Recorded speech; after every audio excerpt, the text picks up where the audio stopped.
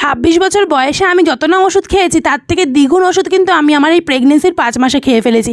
ওষুধ খরচা তো ভাত খাওয়ার খরচার থেকেও বেশি হয়ে গেছে। ডাক্তার এত ওষুধ দিচ্ছে কেন বুঝতে পারছি না। সবই নাকি ভিটামিনের ওষুধ। আচ্ছা, আমাকে কি দেখে মনে হয় আমার শরীরে ভিটামিনের অভাব আছে? মনে হয় আছে, কারণ দেখো লাইনে দাঁড়িয়ে আমি এতটাই ক্লান্ত হয়ে গেছি যে একদম সিনিয়রদের সিটে গিয়ে বসে পড়েছি। মানে এত ক্লান্ত লাগছিল, মনে হচ্ছিল পা দুটো ভেঙে পড়েই যাবে। আর ওষুধ আনতে আসার কথা আমার ছিল না, কিন্তু ঘরের থেকে বোর হচ্ছিলাম, তাই বরকে বলেছিলাম চলো আমাকে একটু নিয়ে চলো, আমারও তো ভালো লাগছে না ঘরে সারাদিন। সেজন্য ওর সঙ্গে কিন্তু আমিও ওষুধ কিনতে এসেছিলাম, কিন্তু এসে ভুলই করেছি, কারণ দাঁড়িয়ে থাকা আর হাঁটাচলা করা আমার পক্ষে এতটা বেশি কষ্টদায়ক হয়ে যাচ্ছে।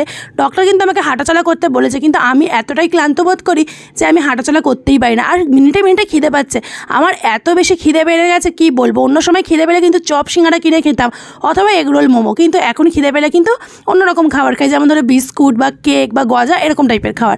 আর আজকের ভিডিওটা হচ্ছে পরের দিন সকালবেলার ভিডিও, আর এটা হচ্ছে কিন্তু মাংস করবো, কারণ আজকে আমাদের বাড়িতে একজন গেস্ট আসবে, একদম বিশাল বড় একজন গেস্ট আসবে, সেজন্য মাংস করা হবে। হ্যাঁ, এবার তোমরা হয়তো বলবে গেস্ট আসবে তাদেরকে মুরগির মাংস খাওয়াচ্ছ। দেখো, যার যেমন সামর্থ্য সে তো সেরকমই খাওয়াবে। আমাদের মুরগির মাংস খাওয়ানোর সামর্থ্য, তাই তাকে মুরগির মাংস খাওয়াবো। আর যেদিন খাসির মাংস খাওয়ানোর সামর্থ্য হবে সেদিন খাসির মাংস খাওয়াবো।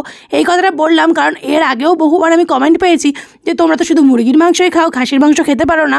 কাউকে বোঝাতে পারি না, আমরা মুরগির মাংস বেশি খাই আর বেশি ভিডিওটা মুরগির মাংসরই হয়। আর খাসির মাংস খাওয়া যায় না, কারণ শ্বশুরমশাইয়েরও অনেক সমস্যা আছে, আর শাশুড়ি মায়ের আছে, তার সঙ্গে কিন্তু আমরাও বাদ নেই, কারণ এখন ঘরে কিন্তু বয়স লাগে না, সব ঘরেই রোগ।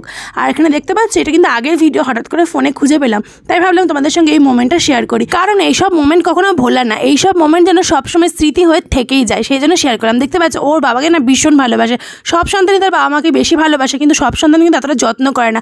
আমি ওর মতন একটা ছেলেকে নিজের বর হিসাবে পেয়ে কিন্তু সত্যিই ধন্য, কারণ ও নিজের বাবা মাকে এত ভালোবাসে, তাহলে বুঝতে পারছো পরের বাড়ি মেয়ে এলে তাকেও কত ভালো লাগবে। আমাকে কিন্তু সত্যি খুব যত্নে ভালোবাসায় রেখেছে।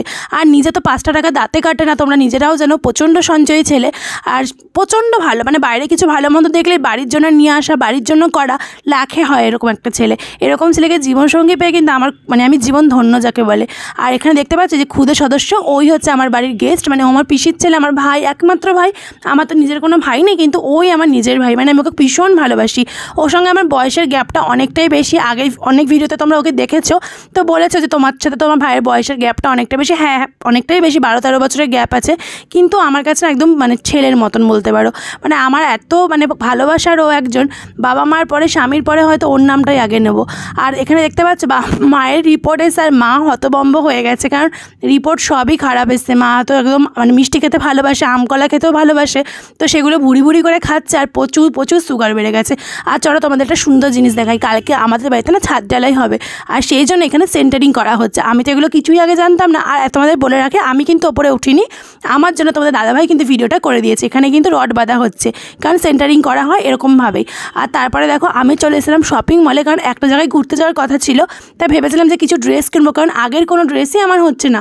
যদিও আমাকে অনেকে বলেছে যে পুরনো ড্রেস পরবে, নতুন ড্রেস পরতে নেই। আর আমি তখন বুদ্ধি করে ভাবলাম একমাত্র শপিং মলই আছে যেখানে পুরনো ড্রেস কিনতে পাওয়া যায়, মানে আমার মতন।